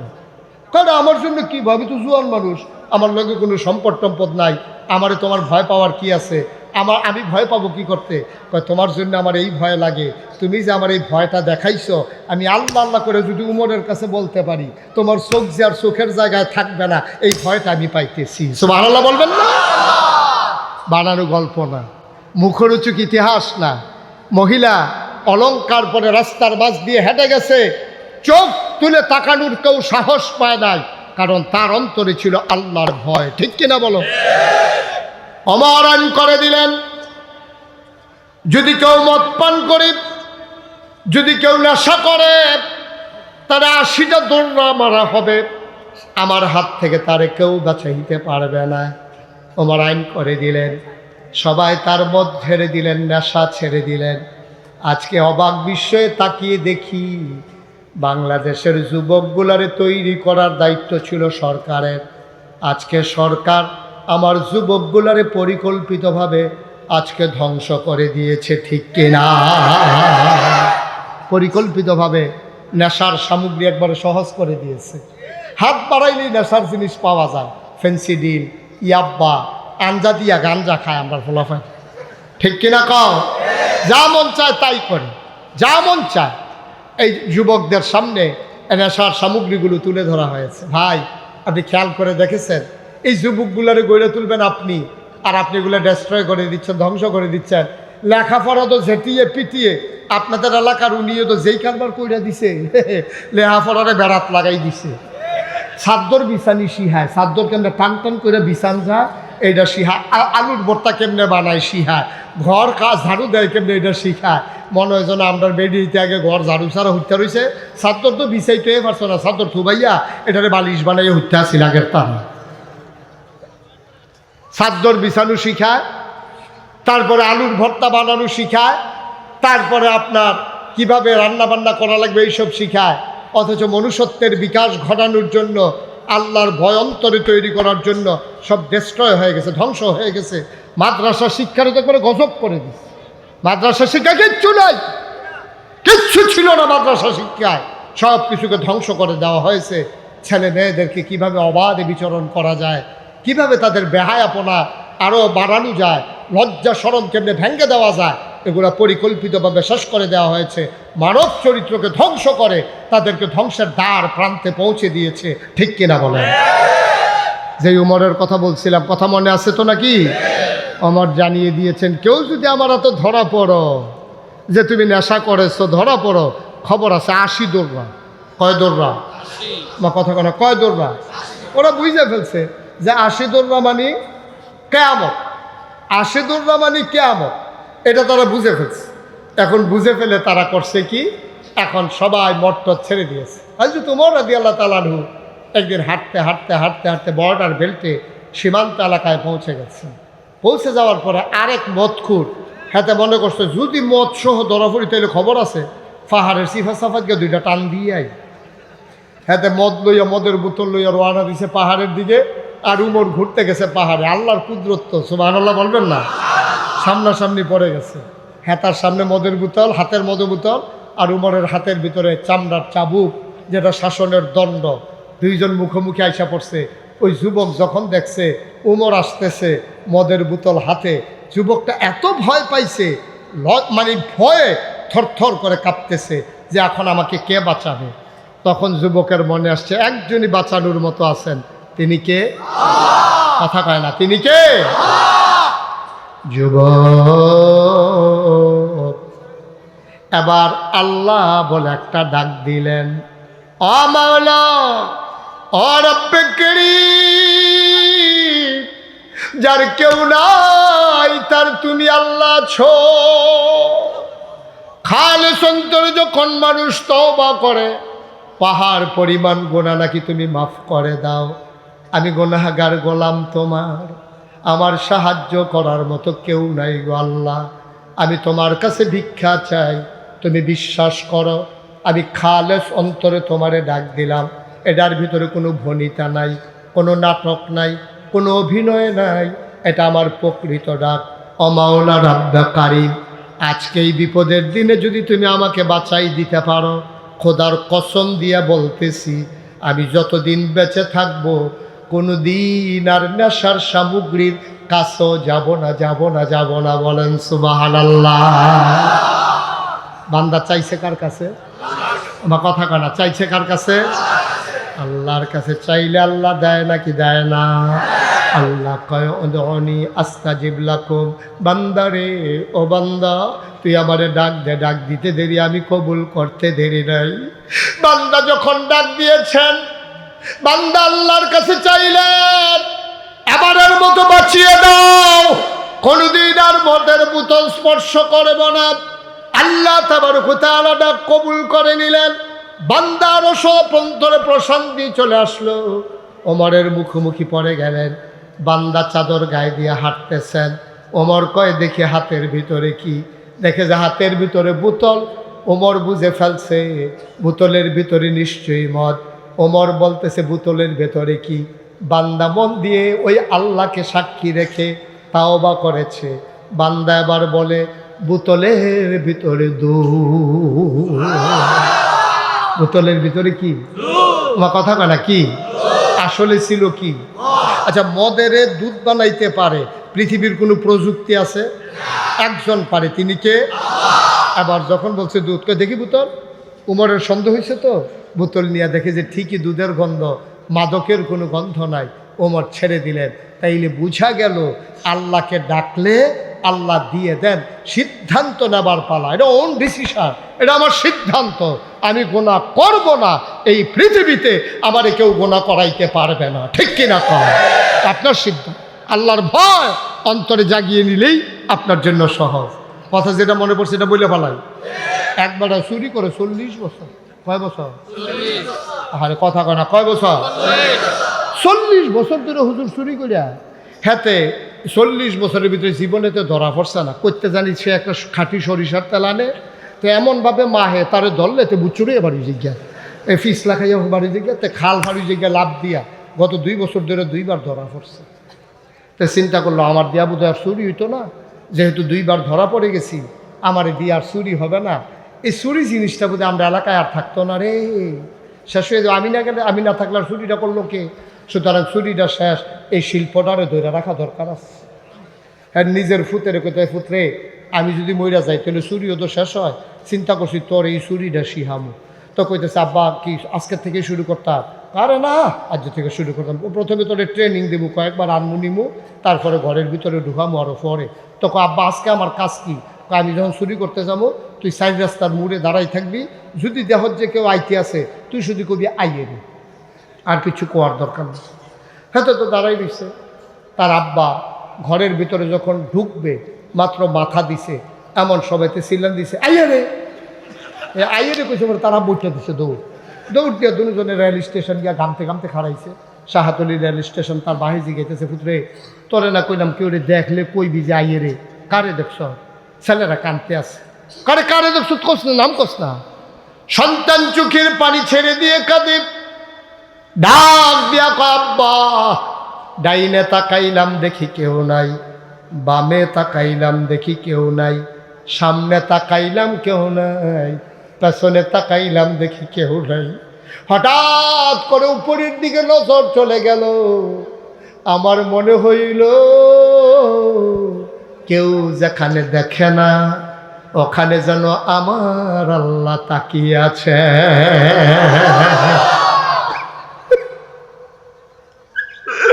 আমার মনে হইল আমার আল্লাহ যেন তাকিয়ে আছে। এই জন্য আমি চিৎকার করেছি। এবার সন্তানকে জড়াইয়া ধরছে বাবা। বাবা কান্দে আর কয়, 40টা বছর চুরি করলাম, চৌকিদার পাহারা দিলাম, পুলিশ পাহারা দিলাম, ঘরের মালিক পাহারা দিলাম, কোনোদিন আল্লাহর কথা মনে আসলো না। তোরে আইনা ভালোই লাভ হইছে। আজকে তুই আমার আল্লাহ চিনাই দিস। বাপ্পাটা কাঁধে ধরে ধরে বাড়িতে যায়। মহিলা দৌড়াইয়া বেরো হয়ে আসছে। আজকে কি চুরি করছেন দেন। বাবা কান্দে আর কয়, স্বামীটা কান্দে, ও বিবি আজকে মহামূল্যবান একটা জিনিস চুরি করেছি। কই দেন না, কি জিনিস? কানের জিনিস না গলার মালা না হাতের মালা? এবার চোর ডাক দেয়া কয়, বিবি গো, কানের দুল, হাতের বালা গলার মালা কিচ্ছু আনতে পারি নাই, তবে মহামূল্যবান একটা জিনিস আনছি। কই রাখছেন? কইরা যে কোনো জায়গায় রাখা যায় না, এটা রেখেছি আমার অন্তরের ভিতরে লুকিয়ে।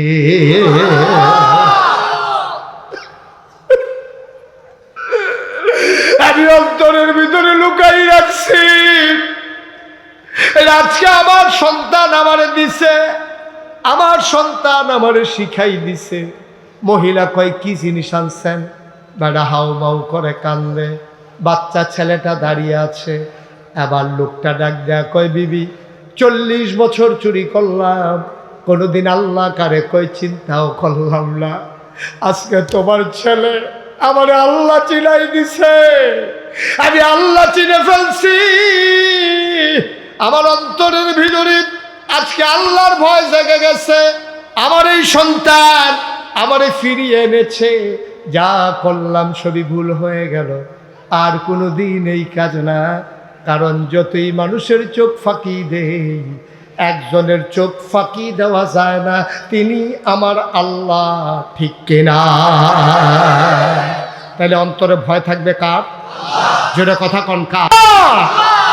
এই আল্লাহর ভয় নিয়া আপনি যখন চলবেন, তখন পুলিশ লাগবে না, র্যাব লাগবে না, গোয়েন্দা লাগবে না, দলীয় ক্যাডার লাগবে না, চৌকিদার লাগবে না, পীর সাহেব লাগবে না, লাট সাহেব লাগবে না, কেউ লাগবে না। আল্লাহর ভয় আপনাকে পারফেক্ট মানুষে পরিণত করে দেবে ইনশাআল্লাহ। সবাই পড়ে না আমিন? জুড়ে পড়ে না আমিন? আল্লাহর এই মানুষকে, আল্লাহর ভয় মানুষকে কতটুকুন মানুষ বানায় দেখেন। আল্লাহর এই ভয় মানুষকে কতটুকুন মানুষ বানায়। আল্লাহ রাসূল সাল্লাল্লাহু আলাইহি ওয়াসাল্লাম, কষ্ট হচ্ছে আপনাদের? কথা বলা কষ্ট হচ্ছে? আর একটু এই কয়েক মিনিটের ভিতরে সেরে দিচ্ছি ইনশাআল্লাহ। আমি শুরুতেই বলেছিলাম লম্বা সময় কথা বলবো না, যেহেতু আমাদের মাঝে আরও অনেক ওলামায়ে কেরাম আছে, ওনারাও কথা বলবেন। আমি আমারটা শেষ করে দিলে ওনারা শুরু করে দেবেন ইনশাআল্লাহ। আল্লাহ যেন কবুল করে। সবাই পড়ি আমিন। জুড়ে পড়ি আমিন। বন্ধুরা আমার, ভাইরা আমার, আমার আল্লাহ রাব্বুল আলামিন এই জন্য আল্লাহর ভয় অন্তরে জাগাতে চাইলেন। মানুষটা তখনই সৎ মানুষ হয়ে যায় যখন মানুষটার অন্তরে আল্লাহর ভয় থাকে। তখন সে যেই জায়গায় থাকে, তখন তার অসৎ কাজ করা তার দ্বারা আর সম্ভব হয় না। এত গেল ব্যক্তি জীবন। এবার আসো, ব্যক্তির পরেই হলো পারিবারিক জীবন। পারিবারিক জীবন কারে কয়? স্বামী এবং স্ত্রী, এটা হলো সবচেয়ে ছোট্ট পরিবার। স্বামী আর স্ত্রী, এটা একটা পরিবার। স্বামী আর স্ত্রী। যদি বলেন যে হুজুর আরেকটু বড়, তাহলে স্বামী স্ত্রী আব্বা আম্মা। যদি বলে আরেকটু বড়, স্বামী স্ত্রী আব্বা আম্মা ছেলে মেয়ে। যদি বলেন আরেকটু বড়, স্বামী স্ত্রী আব্বা আম্মা ছেলে মেয়ে ভাই বোন, এই মিলিয়ে হলো পরিবার। সুবহানাল্লাহ বলবেন না? জুড়ে বলেন সুবহানাল্লাহ। মুসলমান মন দিয়ে শুনো রে ভাই, পরিবারের ব্যাপারে আল্লাহ কি বললেন? আসো মা বাবার ব্যাপারে, আসো স্বামী স্ত্রীর ব্যাপারে আল্লাহ কোরআনুল কারীমে ঘোষণা করে দিলেন। পরিবারের বিধান জানতে চাও? শুনে যাও। হুন্না লিবাসুল লাকুম ওয়া আনতুম লিবাসুল লাহুন্না। তোমরা পরিবারের সম্পর্কে কথা শুনতে চাও? শুনে যাও। তোমার যে স্ত্রী, এই মহিলারা, একটু মনোযোগের সাথে শুনেন। এই জায়গায় হাজারো জনতা যারা আছেন, মন দিয়ে শুনেন। আল্লাহ কয় হুন্না লিবাসুল লাকুম, এই পুরুষেরা তোমাদের জন্য মহিলারা হইল গায়ের পোশাকের মতো। ওয়া আনতুম লিবাসুল লাহুন্না, তোমরা যারা পুরুষ তোমরা হইলা মহিলার গায়ের পোশাকের মতো। বলেন সুবহানাল্লাহ। কি সুন্দর উদাহরণ দিয়েছে দেখছেন। কয় মহিলারা হইল তোমাদের গায়ের পোশাকের মতো, আর তোমরা পুরুষেরা মহিলার গায়ের পোশাকের মতো। আচ্ছা, আল্লাহ তাবারক ওয়া তাআলা অন্য কিছুর সাথে তুলনা না দিয়া গায়ের পোশাকের সাথে তুলনা দিলেন কেন? আল্লাহ তাবারক ওয়া তাআলা দেখলেন যে গায়ের পোশাকের চাইতে কাছাকাছি মানুষের কিচ্ছু থাকে এমন কিচ্ছু নাই। আমার পাঞ্জাবির নিচে একটা গেঞ্জি আছে, এই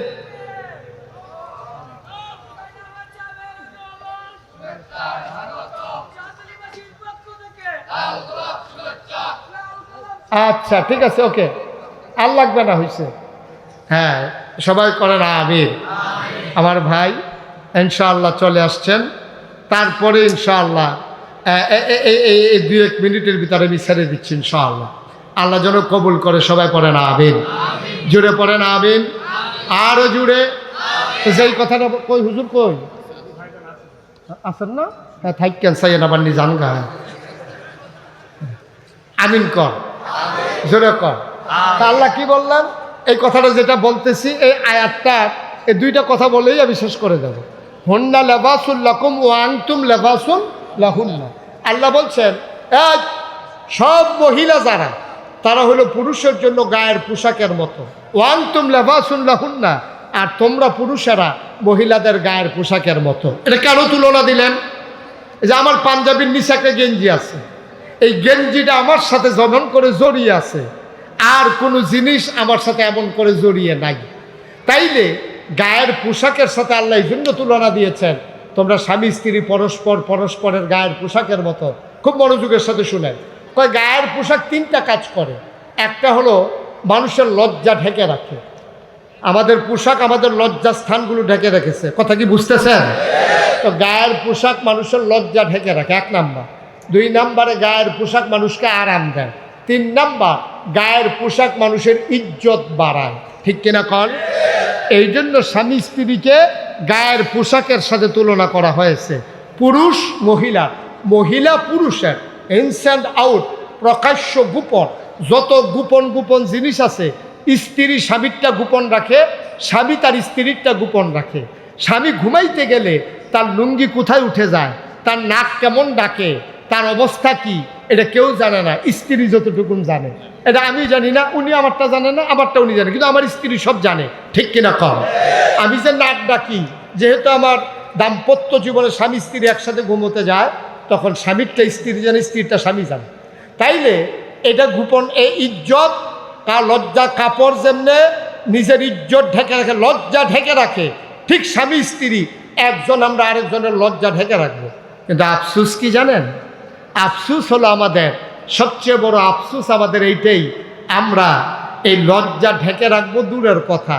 তো নতুন বিয়ে হয়েছে, ফেসবুকে বউয়ের ছবি দিয়া তারপরে নিচে দিয়া লেহে তোর আর বা বিয়ে দিয়া, সেটা ফেসবুকও সারে। ঠিক কিনা কর? আচ্ছা, এই স্ত্রীটা তো তোমার, স্ত্রীরও দুনিয়ার সবার না। তুমি বিয়া করছো, এই মেয়েটা তোমার বউ হয়েছে, তুমি যে ফেসবুকে ছবি দিলা, ফেসবুক তো একটা পত্রিকার চাইতে আরো জঘন্য জিনিস। পৃথিবীর সব মানুষ এই ফেসবুক দেখে। আমেরিকাতে পত্রিকা পাওয়া যাইতেও পারে, নাও যাইতে পারে, কিন্তু আমেরিকাতেও ফেসবুক আছে, বাংলাদেশেও ফেসবুকে আছে। আপনি যে আপনার বউয়ের ছবি ফেসবুকে দিয়ে দিলেন, এই ফেসবুকের ছবি দেখা আমেরিকাতে ফলাফাইনে মজা মারতে আছে, চোখটি নাউজুবিল্লাহর পরেও বলবেন না? আপনার কি ব্যক্তিত্ব আছে? আপনার পুরুষত্ব আছে মনে হয়? কোনো পুরুষ, কোনো ব্যক্তিত্বওয়ালা মানুষ যার ন্যূনতম লজ্জা শরম আছে, সে কোনোদিন তার স্ত্রীর ছবি ফেসবুকে দিতে পারে না। ঠিক কিনা? লজ্জা শরম নাই বলেই আমরা এটা পারি, লজ্জা শরম নাই বলেই আমরা এটা পারি। আর এটা কোনোদিন কোনো মুসলমানের সন্তানের দ্বারা সম্ভব ছিল না, অথচ আমরা অবলীলায় এই কাজটা করতেছি। নিজের বউয়ের ছবি ফেসবুকে দিতে আসেন, নিজের বিয়ের উপযুক্ত মেয়ের ছবি ফেসবুকে দিতেছেন। আপনি পারিবারিক জীবনে যেটা ওই হুন্না লিবাসুল লাকুম ওয়া আনতুম লিবাসুন লাহুন্না, আল্লাহ তাবারক ওয়া তাআলা কি দিলেন বিধান, আর আপনি করলেন কি? আপনি কি করলেন? এই জন্য আমাদেরকে মনে রাখতে হবে, হযরত আলী রাদিয়াল্লাহু তাআলা আনহু একদিন রাস্তা দিয়ে হেঁটে যাচ্ছিলেন। এমন সময় এক সাহাবা, ওনার বন্ধু, ওনারে জিজ্ঞেস করছে, ভাই কেমন আছেন? আলী বলতেছে, হ্যাঁ আলহামদুলিল্লাহ ভালো আছি, আপনি কেমন আছেন? আলহামদুলিল্লাহ আমিও ভালো আছি। এরপরে লোকটা জিজ্ঞেস করতেছে, আপনার স্ত্রী কেমন আছে? আলীকে জিজ্ঞেস করতেছে। আলী এত রাগ হলেন, চোখ দুইটা তার বড় বড় হয়ে গেল, তার কালের চামড়াগুলো থরথর করে কাঁপতেছিল। আলী বললেন, আল্লাহর হুকুম নাই, এই জন্য তুমি আমার হাত থেকে বেঁচে গেছো। যদি আল্লাহর হুকুম থাকতো তাইলে খোদার কসম আমি একটা কূপ দিয়া তোমার দেহ থেকে কল্লাটা আলাদা করে দিতাম। আমার বউ কেমন এটা জানার অধিকার তোমার নাই। ঠিক কিনা বলেন? চিন্তা করেন, ব্যক্তিত্ব কারে কয়? ব্যক্তিত্ব কারে কয়? এটারে কয় ব্যক্তিত্ব। সুতরাং আসুন আমরা সবাই মিলে আমার এই সোনার বাংলাটাকে একটু সুন্দর করে সাজিয়ে নেই। কাগজে পত্রে সোনার বাংলা না রেখে সকল বৈষম্য দূর করে দিয়ে ক্ষমতার মসনদে যারা আরোহণ করে, একদল মানুষ আঙ্গুল ফুলে বটগাছ হয়ে যাবে, আরেক দল মানুষ খেতে পাবে না। আসুন সাম্যের বাংলাদেশ গড়ি। আসুন কাগজে পত্রে নয়, প্রকৃত অর্থেই সোনার বাংলা গড়ি। আসুন অসৎ মানুষগুলোর জায়গায় আমরা সৎ মানুষদেরকে দায়িত্বে বসিয়ে দেই। আসুন মানব রচিত মতবাদের বিরুদ্ধে আল্লাহর কোরআনের আইন আমরা চালু করে দেই। ঠিক কিনা বলেন? তাহলেই আমাদের জীবন সার্থক, তাহলে আমাদের জীবন সুন্দর। আসুন সবাই মিলে সোনার বাংলা বিনির্মাণে যাই। আর আমরা জানি এ পথে চলতে গেলে টিটকারি হবে, মস্কারা হবে, বুঝে শুনেই আমরা এ পথে এসেছি। আমরা জানি এই পথ কণ্টকাকীর্ণ, এ পথ কুসুমাস্তীর্ণ নয়। এ পথে চলতে গেলে পা হবে রক্তে রঞ্জিত, আর পিছি ডালা পথ হবে রক্তে রঞ্জিত। নাফ নদীর স্বচ্ছ স্ফটিকের মতো পানি যেমন করে কাশ্মীরের মুসলমানের রক্তে রঞ্জিত হয়েছে, আরাকানের মুসলমানের রক্তে যেমন করে নাফ নদীর পানি রক্তে রঞ্জিত হয়েছে, আর কাশ্মীরের ঝিলাম নদীর পানি, আর ফিলিস্তিনের গাজার ভূখণ্ডের সবগুলো বাড়িঘর যখন মাটির সাথে মিশে গেছে, তখন এই একখণ্ড বাংলাদেশ থেকে আমরা চিৎকার করে জানিয়ে দিতে চাই, এ পথ কণ্টকাকীর্ণ, এ পথ বড় দুস্তর, এই পথ পাড়ি দিয়ে মঞ্জিলে মকসুদে যেতেই হবে। সুতরাং সিদ্ধান্ত নিয়েই আমরা নেমেছি, এ পথে চলতে গেলে মামলা হবে, হামলা হবে, জেল জুলুম নির্যাতন হবে, প্রয়োজনে জীবন দেওয়া যাবে, ঈমান দেওয়া যাবে না। রাজি আছো কিনা হাত তুলে দেখা।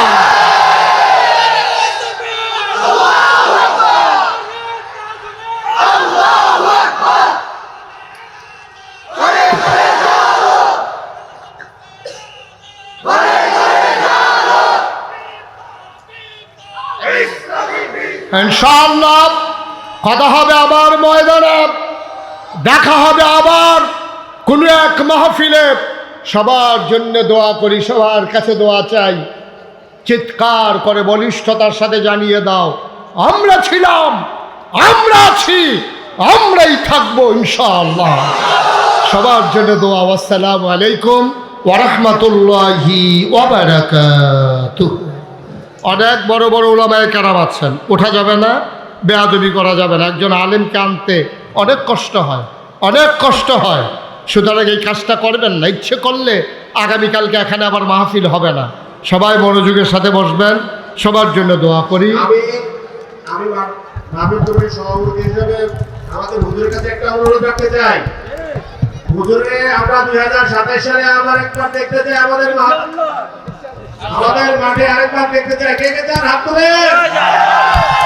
হুজুর কি রাজি আছেন? হুজুর মনে শুনেন আমার কথা না? না শুনছে, ভালো করে শুনছি। বুঝতে বুঝলেন?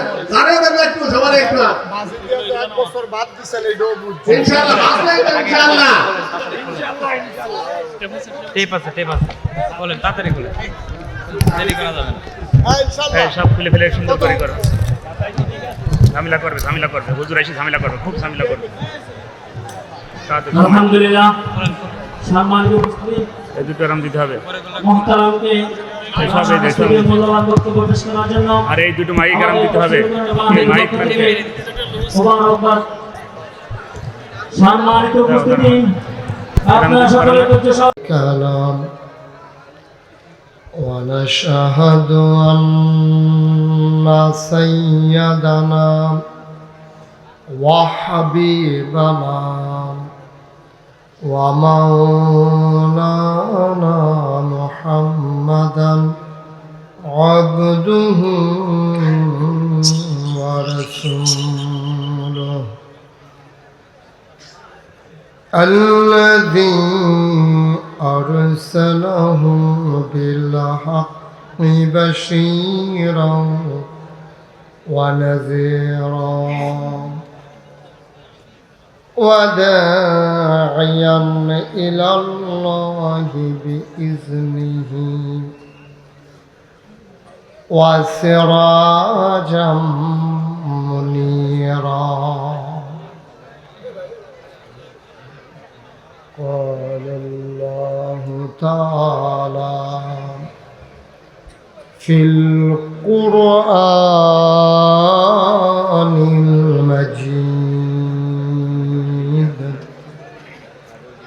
في فرقانه الحميد সবাই পড়ুন أعوذ بالله من الشيطان الرجيم بسم الله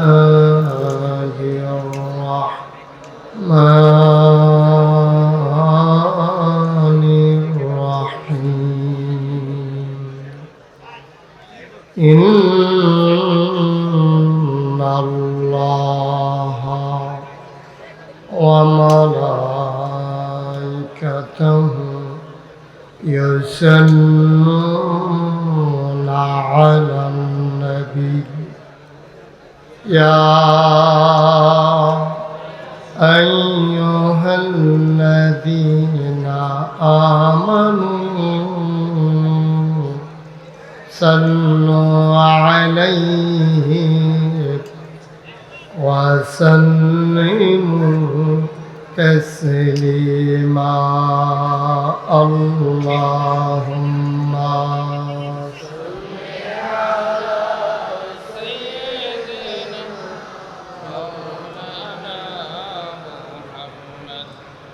وعلى آل سيدنا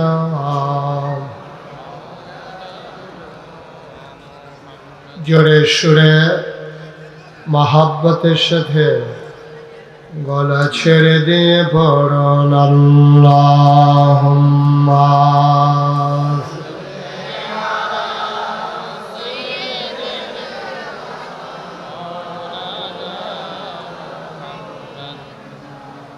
وعلى آل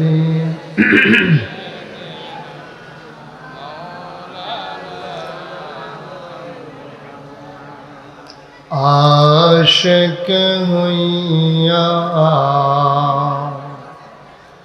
और दूर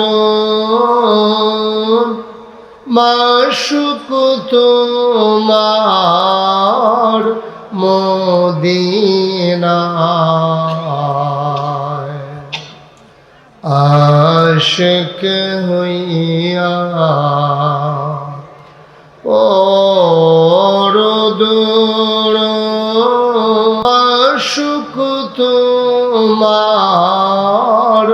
मोदीना आशिक যদি হইতে পারো আশিক যদি হইতে পারো যাইবা সোনার মদিনায় আল্লাহুম্মা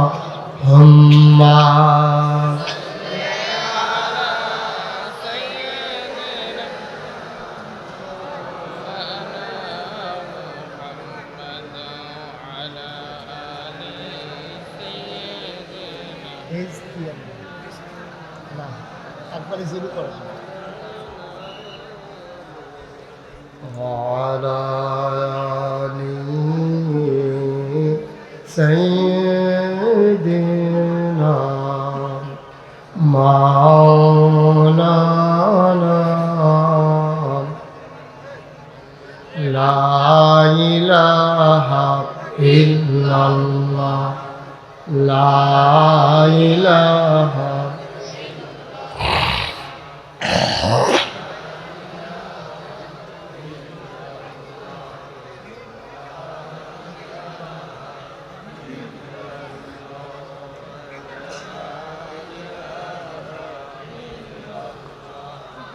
لا إله لا إله لا إله إلا الله মুহাম্মাদুর রাসূলুল্লাহ সাল্লাল্লাহু আলাইহি ওয়াসাল্লাম। আল্লাহুম্মা সাল্লি ওয়া সাল্লিম ওয়া বারিক আলাইহি। সবাই পড়ি আলহামদুলিল্লাহ। জোরে পড়ি আর জোরে। আল্লাহ তাবারক ওয়া তাআলার দরবারে আমরা লাখ কোটি শুকরিয়া জ্ঞাপন করছি, জেনে আমাদেরকে ঐতিহ্যবাহী ঐতিহ্যধন্য পূর্ব শাহতলী কেন্দ্রীয় জামে মসজিদ ও হিফজুল কোরআন হাফিজিয়া মাদ্রাসা এতিমখানার হাফেজ ছাত্রদের পাগড়ি প্রদান উপলক্ষে আজ 1 ফেব্রুয়ারি রোজ শনিবার বরকতময় দিন শেষে অন্ধকারের চাদর যখন পৃথিবী ঢেকে দিয়েছে, জানান দিয়েছে রাত হয়ে গেছে। আহা, একটা আওয়াজ কানে বাড়ি খা, আরো কমানে দিক দেয়া। আজকের এই ওয়াজ মাহফিলের সম্মানিত সভাপতি, ঐতিহ্যধন্য দ্বীনি শিক্ষা প্রতিষ্ঠান শাহতলী কামিল মাদ্রাসার সম্মানিত প্রিন্সিপাল হযরত মাওলানা মোহাম্মদ বিল্লাল হুসাইন সাহেব, আজকের মাহফিলের প্রধান বক্তা, আমার পরপর যিনি গুরুত্বপূর্ণ আলোচনা করবেন, আমার হৃদয়ের কাছের মানুষ হযরত মাওলানা মুফতি আমির হামজা। কথা বলেছেন হযরত মাওলানা দ্বীন ইসলাম চাঁদপুরি। আরও আলোচনা করেছেন মাওলানা মিজানুর রহমান মোল্লা। আমন্ত্রিত অতিথিবৃন্দ, উপস্থিত হয়েছেন বাংলাদেশের ঐতিহ্যধন্য দ্বীনকে লালন করে যারা নিজেদের জীবনে ধারণ করেছেন। 56,000 বর্গ মাইলের ইঞ্চি ইঞ্চি জমিতে যারা দ্বীনের প্রচার প্রসারে কাজ করে যাচ্ছেন, দ্বীনকে বিজয়ী শক্তি হিসেবে দেখতে চান, বাংলাদেশ জামাত ইসলামীর চাঁদপুরের জেলা আমির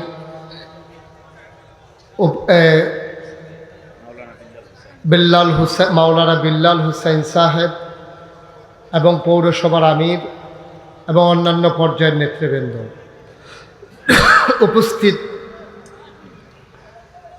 এই এলাকার বিভিন্ন রাজনৈতিক দলের নেতৃবৃন্দ, উপস্থিত বিভিন্ন মসজিদের ইমাম সাহেবান, ওলামায়ে কেরাম, মুরব্বিয়ানে আজম, কলিজার টুকরা যুবকেরা, পর্দার আড়ালের মা ও বোনেরা, সবার প্রতি আমার আবারও আন্তরিক সশ্রদ্ধা সালাম।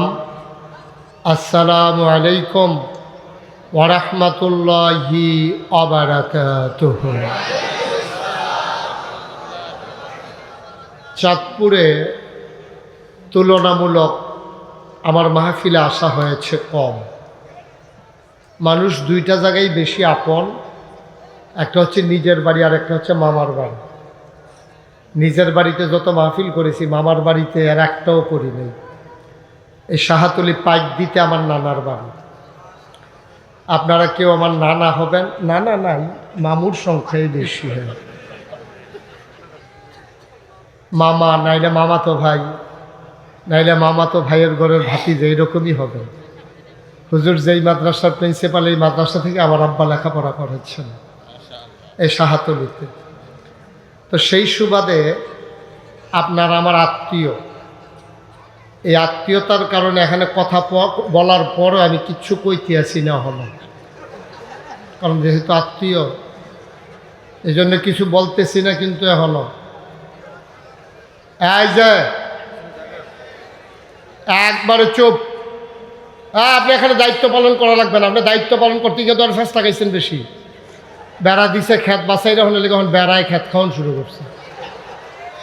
আপনি আওয়াজ করেন কেন? ইশারা ইঙ্গিতে কাজ করেন। পুরা এই জায়গাটাকে বাজার বানাই ফেলছেন আপনারা কয়েকজন ভলেন্টিয়ার মিলে। করছেন কি আপনারা? যারা মোবাইলগুলো ধরে রেখেছেন দয়া করে মোবাইলগুলো বন্ধ করুন। আমি এক কথা দুইবার বলি না, দ্বিতীয়বারের সময় ধমক দিই। বন্ধ করেন সবার মোবাইল। একটা মোবাইল যেন ধরে না রাখা হয়। আপনারটা মোবাইল না এভাবে না রেকর্ড হয়, না শোনা হয়, আপনি আর অন্যের ক্ষতির কারণ হচ্ছেন, আপনি নিজের ক্ষতির করতেছেন। আপনি তো ওয়াজ শুনতে পারতেছেন না, এটা বন্ধ কর, পকেটে ঢুকান। মনোযোগের সাথে সবাই কথা শুনতে হবে ইনশাআল্লাহ। পিন পতন নিস্তব্ধতার মাঝে খরগোশের মতো কান খাড়া করে মাছের মতো নিষ্পলক নয়নে আমরা কথা শুনবো ইনশাআল্লাহ। ওয়ামা তাওফিকি আল্লাহ যেন কবুল করে, সবাই করে আমিন। বন্ধুগণ, লম্বা সময় কথা বলবো না, যেহেতু আমার পরে আরও দুইজন বক্তা আছেন, আমার পরে আরও দুইজন কথা বলবেন। তা আমি যদি লম্বা সময় নেই, ওনাদের জন্য ক্ষতির কারণ হবে, আপনাদেরকেও নির্ঘুম রাত কাটাতে হবে। আমি চেষ্টা করব কম সময়ের ভিতরে কিছু কথা বলার জন্যে, যেগুলো আমার জন্য দরকার এবং আপনাদের জন্য দরকার। আল্লাহ যেন কবুল করে, সবাই পড়েন আমিন। বন্ধুগণ, আল্লাহ তাবারক ওয়া তাআলা এই দুনিয়ার ভিতরে মানুষ বানানোর পরে মানুষকে একটা জীবন বিধান, সংবিধান দিয়েছেন। ইতিমধ্যে আমাদের জেলা আমির তিনি অত্যন্ত সুন্দর করে বলেছেন যে মানুষ চলবে কি, কোন পথে, খাবে কি, করবে কি, যাবে কোথায়, সব কিছু যিনি জানেন তিনি কে? যেহেতু আল্লাহ মানুষকে তৈরি করেছেন, আল্লাহ জানেন মানুষ কোন পথে গেলে জান্নাত, কোন পথে গেলে জাহান্নাম, কোন পথে গেলে লাভ আর কোন পথে গেলে লোকসান, কোন পথে ভালো, কোন পথে মন্দ, কোন পথে কল্যাণ, কোন পথে অকল্যাণ, কোন পথে শিরক বিদআত, কোন পথে তাওহীদ রিসালাত, কোন পথে কুফর আর কোন পথে ইসলাম জানানোর জন্য আল্লাহ তাবারক ওয়া তাআলা মানুষকে অনেকগুলো মাধ্যম দিয়েছেন।